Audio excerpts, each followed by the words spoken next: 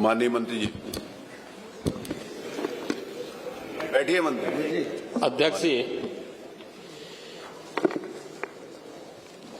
प्रश्न क्या है और मुद्दे क्या उठाए जा रहे हैं?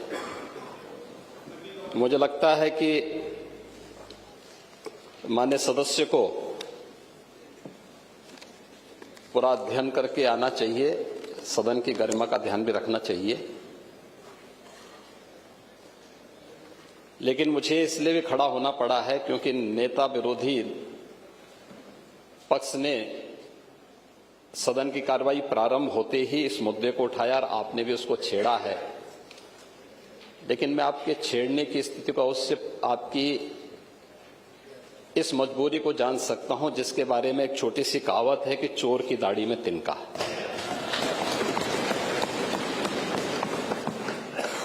प्रश्न है नकली दवाओं के सेवन से होने वाली मौतों के बारे में, जिसके बारे में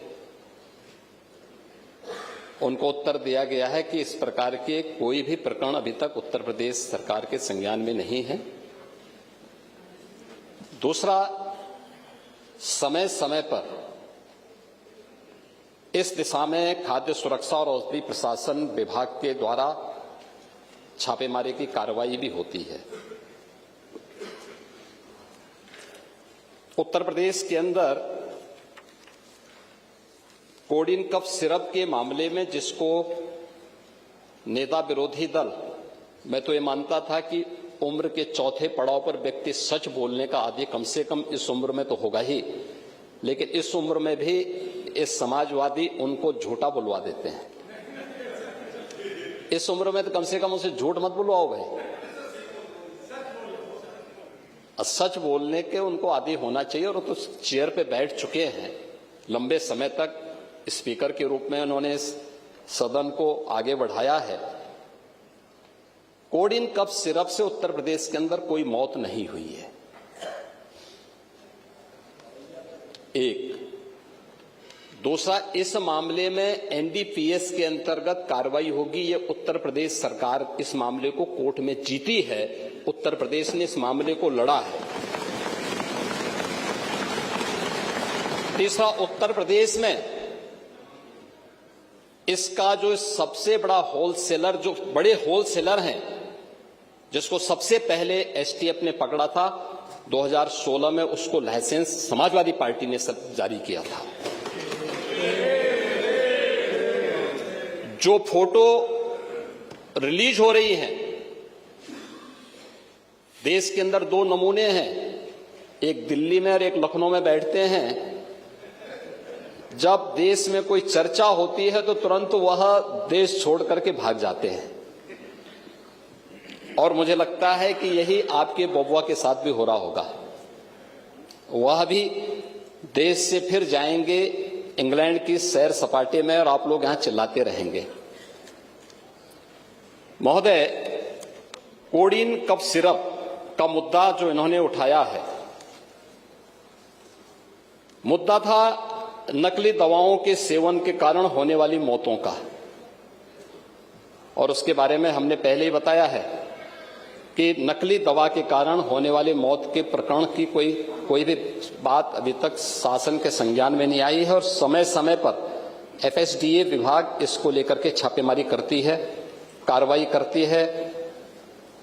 कंपनियों में भी इस प्रकार की कार्रवाई होती है। यूपी के अंदर कोडिन कफ सिरप, इसके केवल स्टॉकिस्ट हैं, होलसेलर है।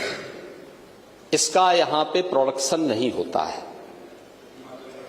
ये मध्य प्रदेश में, हिमाचल में और अन्य राज्यों में होता है। और जो मौत के प्रकरण सामने आए हैं, वे मौत के प्रकरण अन्य राज्यों में आए हैं। जिन राज्यों में आए हैं, वह जो भी प्रकरण सामने आए हैं, यह तमिलनाडु में बने हुए एक सिरप के कारणों सामने आई है। ये पूरा प्रकरण इलीगल, यानी इसमें एडिटेशन का भी नहीं है, यह इलीगल डाइवर्जन का है।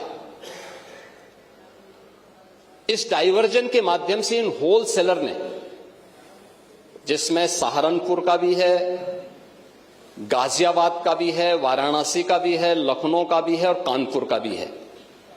इन लोगों ने इसको उन देशों में पहुंचाया है, उन राज्यों में पहुंचाया है जहां मद्य निषेध है, लेकिन वहां पे नशे के आदी लोगों को इसको लेने की एक आदत सी है, तो वहां पर उसका दुरुपयोग किया गया है, जबकि बिना चिकित्सीय परामर्श के इसका सेवन नहीं हो सकता, खासतौर पर बच्चों के लिए। एडल्ट भी चिकित्सीय परामर्श से ही इसका सेवन करता है। कौन ऐसा व्यक्ति है जिसने कफ सिरप नहीं लिया? खांसी होती है, हर व्यक्ति लेता है, लेकिन चिकित्सीय परामर्श से उसमें लिखा जाता है। क्योंकि पढ़ाई लिखाई से आप लोगों का कोई वास्ता है नहीं, इसलिए आप लोग हमेशा इस प्रकार की बातें करते हैं। अब बात पहले अब सुन लीजिए ना, आपने पूरी बात बोली तो हम लोगों ने आपकी बात सुनी, आप लोग चिल्लाते रहे तब भी हम आपकी बात सुनते रहे। अब कम से कम हमारी बात तो सुन लें।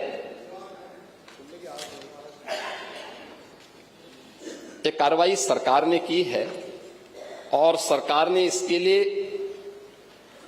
79 अभियोग अब तक दर्ज किए हैं। इसमें 225 अभियुक्तों को इसमें नामजद किया है। 78 अभियुक्त अब तक गिरफ्तार हुए हैं। 134 फर्म पर एक छापेमारी की कार्रवाई हुई है और इसमें अब तक जिन क्षेत्रों में ये आई हुई अलग अलग राज्यों से जुड़े हुए यह सभी केंद्र हैं और मुझे लगता है अगर आप इसकी गहराई में जाएंगे तो घूम फिर करके वही मामला है कि वो कहीं ना कहीं कोई ना कोई समाजवादी पार्टी से जुड़ा हुआ नेता या उनसे जुड़ा हुआ कोई ना कोई व्यक्ति उसकी चपेट में आता है। और इलीगल ट्रांजैक्शन भी जो हुआ है वह भी आपकी लोहिया बहाने के एक पदाधिकारी के अकाउंट के माध्यम से हुआ है। एसटीएफ इसकी जांच कर रही है। इस पूरे मामले में हाईकोर्ट से उस पूरे मामले को एनडीपीएस के अंतर्गत इस मामले में मुकदमा चलना चाहिए। ये उत्तर प्रदेश सरकार ने इस लड़ाई को लड़ा है और उसको जीता है और इस मामले में कोई भी अपराधी छूटने नहीं पाएगा। और चिंता मत करिए, समय आने पर बुलडोजर एक्शन भी उसकी तैयारी भी रहेगी, उस समय चिल्लाना मत करो। प्रश्न संख्या 5 डॉक्टर रागिनी। देखो ये दिखाना नहीं, पूरा माननीय मुख्यमंत्री बड़ा मेरी बात सुनिए। विषय आपने मेरा बात सुन लीजिए, मेरी बात सुन लीजिए, मेरा निवेदन सुन लीजिए ना। आप उसको सुनेंगे कि अपना बोलते रहेंगे? अगर आप अपना बोलते, अगर मेरा निवेदन सुन लीजिए, अगर नियम एक सेकंड सुन लीजिए, क्योंकि आपने नियम 56 दिया था और पूरा उत्तर माननीय मुख्यमंत्री जी के द्वारा दे दिया गया, ठीक है? तो वो विषय समाप्त कर दीजिए उसको, नियम 56 को। नियम 56 का विषय तो पूरा आ गया ना, उत्तर तो आ गया उसको। अब वही तो आप चाहते थे, आपने जानबूझकर कि आपके नेता उस विषय को ना उठा पाए, आपने उसको उठा दिया। जब आपने उसको उठा दिया तो ये सदन के सम्मानित नेता हैं, वहीं पर आपने किया ना, तो आपने विषय को कभी-कभी समाप्त कर दिया, उसका उत्तर आ गया। उनकी बारी ऐसी निकलती